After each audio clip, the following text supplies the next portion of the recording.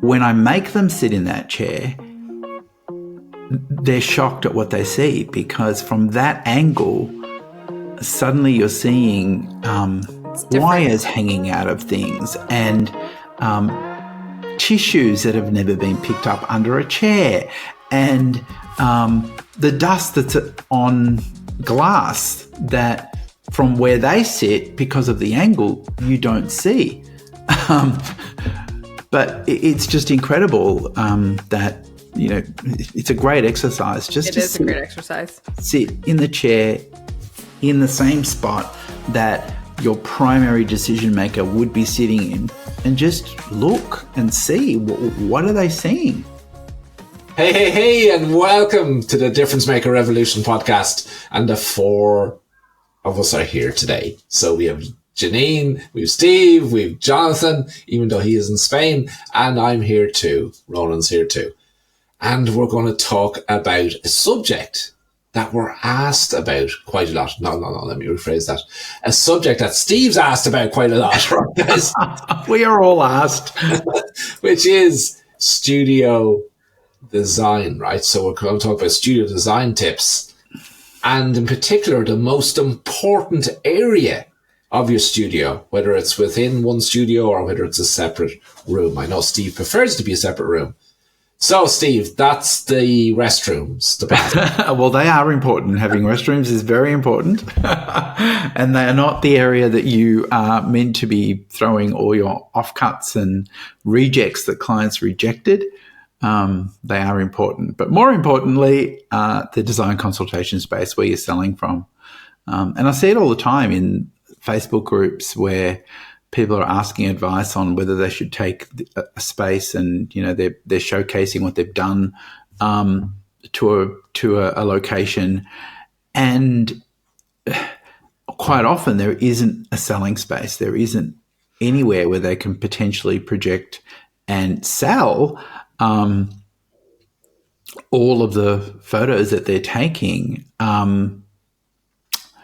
With all of the props, there'll be a studio and there'll be an entire room dedicated to props, and dresses and bean bags and all this stuff.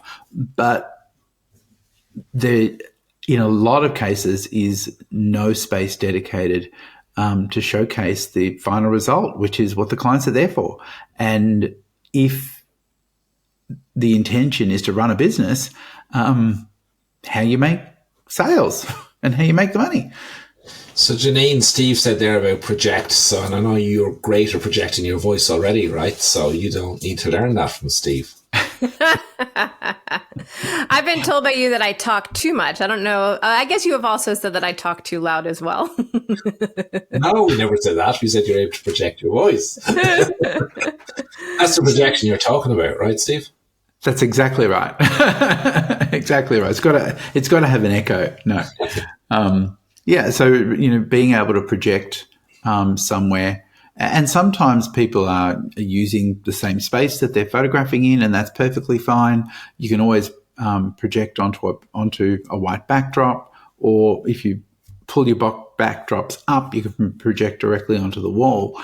But there's no real, I suppose, when I look at a lot of the designs, there's no real thought put into how am I going to display some samples? Where are the clients going to sit when they're ordering their photos?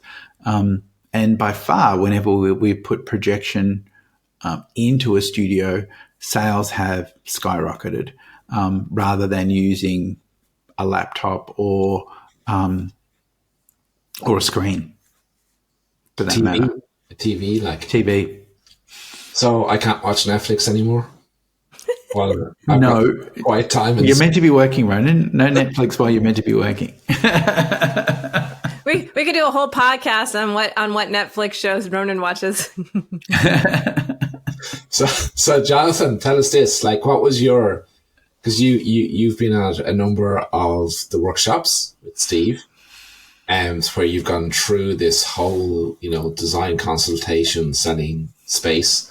So like, what has been your biggest takeaway from the biggest tip you got? And I know you're not a photographer, right? But what was the thing that you went, Oh my gosh, that is amazing.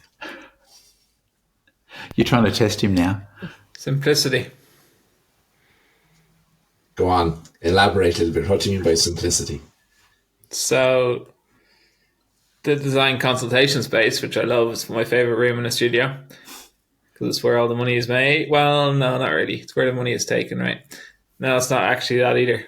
God, I'm rambling now. That's where the conclusions are made. There we go. Thank you. At least you were correctly. Because it's a journey and it's not one specific place. We need to be helping our clients make small decisions along the entire journey rather than leaving it right till the end. Yeah, so simplicity in terms of 4 walls, 1 white wall, 3 charcoal walls. And a door. And a door.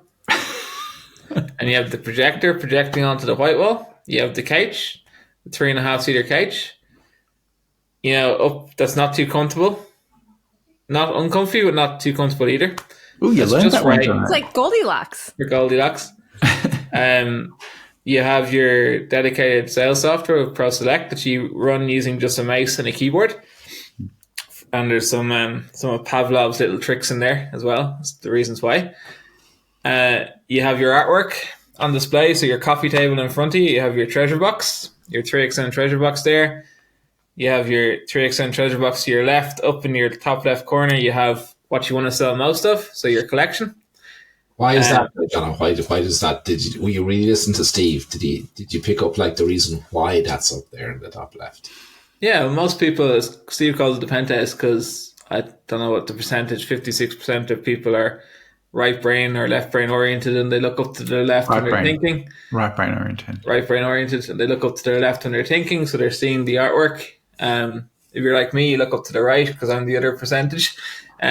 But so yeah, you have what you want to sell on the left and the right, and then it's just simple. It's really like focused on subliminally selling what you want to sell. But it's simple, but it's what's the word I'm looking for? Incredibly well thought out. That's the word I'm looking for. It's purposeful. Just very purposeful. It makes sense. Like everything is. But when you see it, when stuff is really simple and you make it really simple and you go, how come I didn't see that? Do you know what I mean? Like, but it all connects together to make sense. It's absolutely ingenious, Steve. But I remember watching people, Ronan, noticing what people do when they're making decisions. That's all. So what Jono was kind of saying was that when you are in a visual remembered mode and you're imagining something that exists. So when a client's deciding, looking at a photograph or looking at, what's on the screen and trying to think of where it's going to go in their home, they're accessing their visual remembered mode. And so right brain orientated people tend to look up to the left. Now, those people that don't have a home and are buying something perhaps in the future, they would be accessing their visual construction mode. So they're making something up. And so you tend to look up to the right if you're right brain orientated when you're constructing something that doesn't exist. So, but most people are buying something for their home that exists. So they tend to look up to the left. And so it's always interesting because I can always just walk into a space and know exactly what the client objections are and know exactly where, what they are selling and what they're not selling, purely by looking at where they've placed certain things in the room and what's demanding the most attention. Crazy, isn't it, Jeanine? It is, but not really.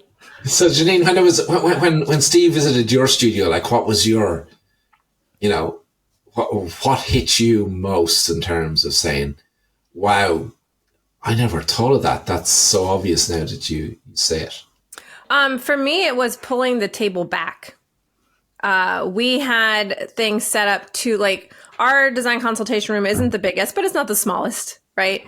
And I am such a symmetrical person. I sort of laid everything out symmetrically. So the chair, everything, the seating and the table was more in the center of the room. And when Steve said, just pull it all back, pull it back further, create more distance between where they're sitting and the wall you're projecting on. And it made a huge difference. Like everything just looked different when we sat. It was not that far much back. It was like, 2 feet back, right? But it changed the whole perspective of everything. I'm like, oh, that was easy. And again, it's one of those things, like once he said it, it was so obvious. But here's the thing is that we get stuck in seeing pretty spaces. We get stuck in these loops of having pretty decor, setting our rooms up the way people would set their homes up, and all these other things that we've been taught that you guys think it's so simple, right? But in reality, it's unlearning all of these more complicated ideas and thoughts that we've been taught for so long, and that feed our social media feeds all the time too. So while it might sound simple, Jonathan, because you're not having to unlearn how you've designed a studio for the past 20 something years. For people who have been like designing their studios and working in their studios for so long, it is a little bit complicated because it's not simple to them to see it because they've seen it a different way for so long. And so, to me, that was a big, like, just little things like that. Right. And it's like, yeah, that makes so much sense. But I've always been taught that things should be in the, and different ways of being taught. So, anyway, so I thought that was such a simple thing to do and such an easy little piece. And one of the reasons we did that, Jeanine, was because where you had the table, if somebody was looking at the screen, which you had the screen set up, it was all perfect. Yep. Where the table was set, people couldn't use their peripherals because they were so focused on the screen. Those extra 2 feet made a massive difference in opening up people's peripherals and actually noticing. I mean, you spent all this money on displays and you don't notice them because of that extra 2 feet that you were too close to the screen. So those extra couple of feet make a massive difference to opening up people's peripherals and getting them to actually see the product. The other thing that I remember when I came to your studio was that I mentioned, you haven't got any dads up with their daughters or dads up with their children. And then you did a display because I know that when we get a dad in with the family sessions, the sales are so much easier. They tend to spend more. And your immediate reaction was, well, dads don't really want to come anyway. But I don't think that was my immediate reaction. Well, yeah, reading between the lines, that's what you were trying to say. I heard what you meant. But you went ahead and did one. Yeah, and I did it in my way. Like, so I did one of our Belle princess sessions where her dad dressed up as Beast, and so we put that one up on display. And the comments, I mean, like, it's been amazing. Like the dads that come in, like, it's both. Like the dads that come in the studio with little girls, they look up at it and they're like, oh my gosh, when she's 5, we have to do this. Or, and then it allows us to spark the conversation of, well, we can do photos, we can do, and like we talk about different things that can be done now. The moms that see it, they fall in love with it because they're like, oh, and then they look at their husband and they're like, so, and it just prompts lots of discussions and conversations. And so, does it get more dads involved now? What'd you say? Does it get more dads involved? It definitely gets more dads involved in the conversations. Yes. Yep. Great. And do you know what else I was impressed with, Jeanine? What's that? Where did you put it? I put it up to the left. In the penthouse. She put it in the penthouse. I did indeed. Funny how that's the one that causes all the discussion. Well, not only, and it's like the double one for me, right? Because the way my room, when you walk in, it's the first thing you see when you walk in, and then when you sit down, it's what you see to your left. So they get hit with it multiple times. Yeah. Very impressed with that. Very impressed. So I think that when you're setting up a studio, you've got to really think about, like what just Jeanine's talked about, when you open the door and walk into that room, what's the first impression? What's that first thing that they're seeing? And this goes not just for the sales room, it's also and I walk into lots of studios, and this is normally an empty space. They open the door. The clients just had their session, their photo session, and they're now coming out of the studio. And so they've opened the door.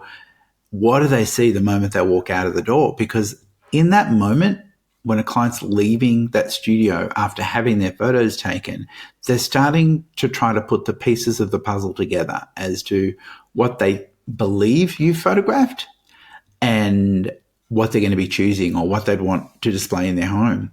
And so that's quite a powerful message when you have something, the moment you open that door as they're coming out of the studio facing them, they seem to always remember that because it's that last thing straight after the session first thing that they see when they come out of their session. I remember visiting a client's studio who's a friend as well, and he was giving me a tour of his design consultation room, you see, so he'd done a pretty decent job on it, but I noticed that he was sitting behind the clients, so the clients are on the seats and he was behind at his desk, right? and Steve's training my mind, and I went, he says, have you any tips? So I'll tell you what, you sit down there now where your clients sit, right? And I'm going to sit where you sit. And I said, now, how do you feel? And he goes, oh, that's scary. I said, now you know how your clients feel. Because that's the thing that you're really big on, Steve, right? That you're sitting with your clients, not behind them. You've got to sit with them. Yeah. I think there was some sort of workshop done somewhere, or maybe it was at some sort of convention, and all of a sudden everybody was doing theatre style type design consultation spaces where the salesperson is sitting behind the people, and it just makes no sense. Like, why would you? And that one makes no sense to me. It'd be weird to look at the back of people's and heads. some of them actually had, you know how you go to a cinema and there's the projection room, and so you don't even see the person. I've been to studios where they've even created a separate room where the projector is going through the glass like a cinema, and they're sitting, in that room. I don't even know how they run a design consult that way. There must be some speaker that they, I know, is it like God speaking? God is speaking. Hello. Which is your favorite? No. Yeah, it's just weird the things that people come up with. So I remember when we were at a training, Steve, at one of your clients as well, and they were hosting the training, and they had implemented quite a bit of what you've done for the design, what you taught them for the design consultation room. I remember walking in, you went, "Oh no, tell us that story." What? I don't know. You have to be a bit more descriptive. I say, "Oh no," many times. I was on the coffee table. Oh, okay. You're talking about the coasters. The coasters, yeah. Right, okay. Yes, we walked in and they'd done a great job. The artwork looked amazing. They had the right couch. The lighting was perfect. And they'd gone out and bought these bright, vivacious colours when it came to coasters. And you just could not notice them. Like, they were so bright, and they were sort of on the coffee table. And I said, "What's with the coasters? Like, they're so bright." He goes, "Oh my God, we know our clients love them. The minute they walk in, it's the first thing they talk about. We're sitting down and they just love them. Do you know how many times we've referred where they could be buying these coasters?" And I'm saying, at what point do you not get what the problem is? Like, when somebody walks into the room, the first thing they should see is the wall art, is these incredible collections that you put together, not drawing their attention away from that to something that is bright and taking all their attention away from the whole purpose of why they're there. And then even when they're sitting there looking at their photos, they're still talking about these incredible coasters. I mean, it's great that you want to have beautiful things around you, but it cannot distract away from why the clients are there, which is, to look at those displays and to fall in love with something on the wall. Selling coasters is not why you're there. And I remember when I was there and I was going, like, I never would have spotted that. Like, I would have thought these are cool coasters as well. Exactly what they had done, And I'm going, but when you explained it, it just made so much sense, So it's funny, like these simple little things, the impact that they can have, on your clients and what they're focused on and what you should have them focused on. And yeah, it's fascinating. Well, it's interesting too, Ronan, like you said, you didn't see it. And Steve has such a good trained eye, but honestly too, other people outside of your everyday can see things that you don't see, And so like you live in your environment and there could be a nick on the door. You just walk past it every day and you eventually just don't see it anymore. But your clients see it when they come in. Someone new coming into your studio will see it when they come in. And it's one of those, it's honestly a really good exercise. Even, you can fly Steve. I'm sure, for the right price, Steve will come visit any studio. But you can also, it should be routine to have somebody else, like a friend, a client that you trust, somebody walk into your studio and point out the things, the light bulb that's been out for like 6 months and you haven't changed or replaced. We know that we have to repaint our front door. It's just but it's one of those things you push it off and you push it off and you push it off, and like things that just need to get fixed in your studio. Yeah. Also very simple, but also things that are easy to push off, but they do have an impact. Yeah. But sometimes, Jeanine, every time you make a decision to push something off, you've set a new normal. Yes. Yeah. And then you set a new normal. And then you set a new normal. And then you stop seeing. You stop seeing. Yeah. What needs to be done. You walk into your studio, it's 1975. I've been to studios and I make a point of sitting where the client sits. Like I ask, where does the client normally sit? And I'll sit in that chair. And it amazes me that a lot of the photographers that I go in there to train have never, ever sat in that chair. Mm.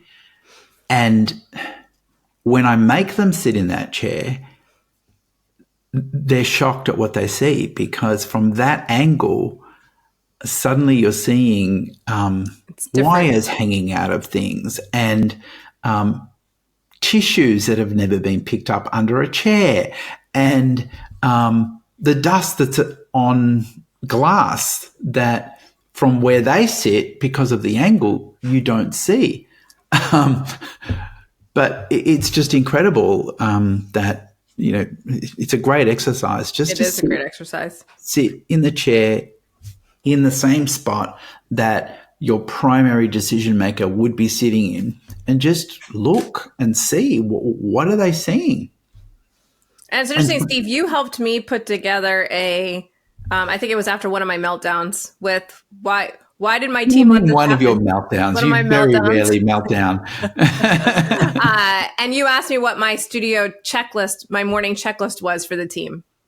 Mm. And while I had a basic one, for turn on the air conditioning, open the blinds, turn on the lights, turn on the music, like all these basic things, I did not have in there get Pro Select started the first thing in the morning to make sure everything's going good. Nor did I have the check all of the aspects of the design consultation room to make sure that everything was in its place and put away from the day, but like all those little things, because not only is it important to have it designed correctly, but it has to be set up correctly every single day. Yeah. Every single day. And so that has to be on a checklist, even if it's for yourself, even if it's not a team, you need to have it on a checklist for yourself so that you do it every single day. Yeah. I mean, for us, our biggest bugaboo is goldfish crumbs. My goodness, because we have the goldfish snacks for the kids, and those goldfish crumbs. Okay, everybody that's not American, just explain what this is. The goldfish. You guys don't have the Pepperidge Farms little goldfish snacks? Those toxic little biscuits that. They're not toxic. They're little tiny crackers that little kids love to eat. And right. It's an easy snack. All kids love it. So we always have them on hand for kids. But like the little wrappers, the little crumbs, they hide in places that you don't see.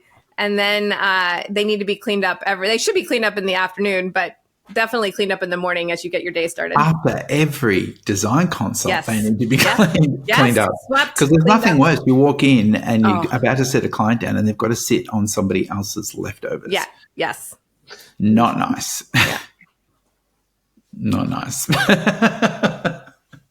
So it's an interesting, but the checklist is really, getting back to the checklist, really, really important, because if you don't test all your equipment, especially the sales equipment, making sure that the projector's working, making sure the sound is connected. Sometimes Making sure the Wi-Fi is working. Yeah, it'll take 30, 40 minutes to get something working. And for the life of you, it should be working.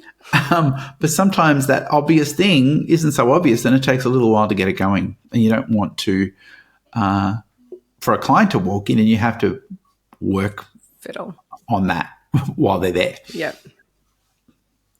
Really important. Those checklists are really important. Yeah, because we forget, don't we? Become comfortable and we just forget. We need those little checklists just to... Well, then it also stops setting a new normal, right? When you have that standard, and with our checklist, we had photos attached to the checklist so we can compare, because, even though you check the front door every day, you're so used to seeing it deteriorate that you don't remember what it was meant to look like when you first moved in, or when you set the standard of what it should look like. And so I think incorporating photos into the checklist becomes really important too, because you can say clean the room or tidy the room, but we had a specific way that we wanted the coffee table set up. So where we put the 3XM treasure box, where do the glasses go in relation to that? Which coasters to use. And then once it's set up, take a photo of it. Yeah. Because then that becomes part of the checklist, and then everybody knows exactly. And anybody can straighten it up. Anybody can set it. Yeah, everybody can set it. And they know exactly where the glasses go. They know that, there's meant to be a jug. How come I don't have a jug, right? When it gets rid of my favorite excuse, I didn't know that's how it was supposed to work. I didn't know that's how it was supposed to be. So talk to me about furniture. So talk to me about the color of furniture. Like, does that matter? Like I often see on Facebook where they've done up their studio and they have this bright red leather couch that just owns the room, right? Or bright yellow or bright white. Yeah. Well, again, that's completely taking the focus away from the artwork. The clients, the color shade doesn't matter. It just needs to not stand out. It needs to be something that's fairly neutral, that's going to blend in with the decor. And don't forget, this is a room that is meant to be not fully lit, because we're going to be taking them through a slideshow that is projected. And so you don't want a bright yellow, bright red, white couch, because almost everybody that walks in is going to say, "Oh my God, look at your couch. It looks amazing." And then that becomes the conversation. We get one chance at making a first impression. And when they walk into that room, the first thing they notice should be that wall art, should be those collections that you want to draw their attention to. And when there's something that is competing against that, like a bright orange couch or a bright yellow couch, it's competing against the whole purpose of why they're there.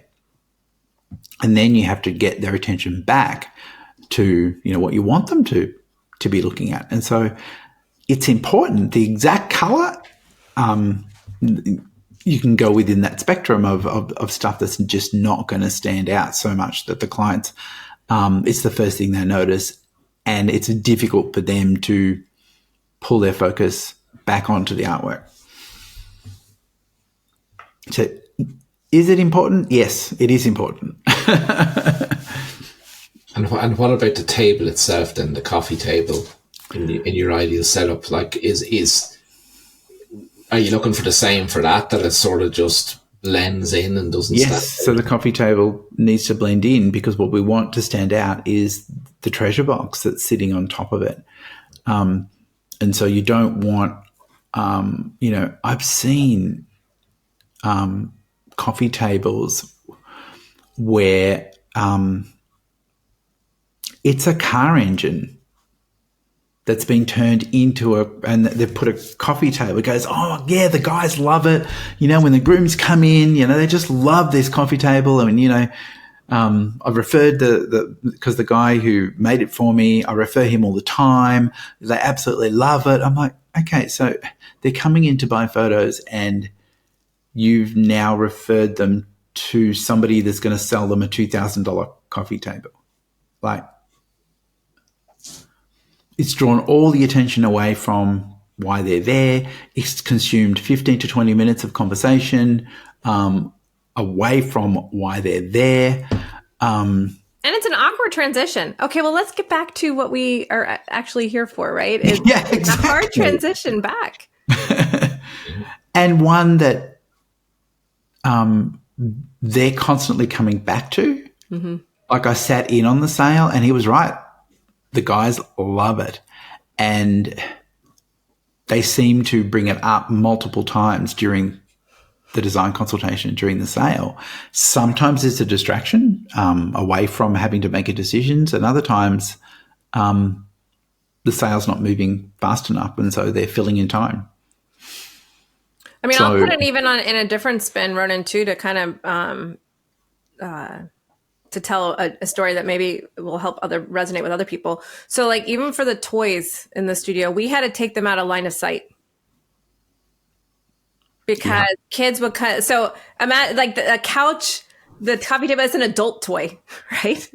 So for kids, we have things to keep them occupied during a design consultation, but it was in line of sight of them walking into the studio before a session. And they would see the toys and it would distract them. And then we couldn't get them to come into the session because I just wanted to play with the toys, and so we had to change that around. So it's the same idea. Adults are just big kids. So, so think about, if you look at it in that same perspective, what do you need to remove that's going to distract them from why they're there? We had to remove the toys. So we pull them out now when the kids are there for the design consultation. They're not in line of sight because otherwise it distracts them. We can't get them.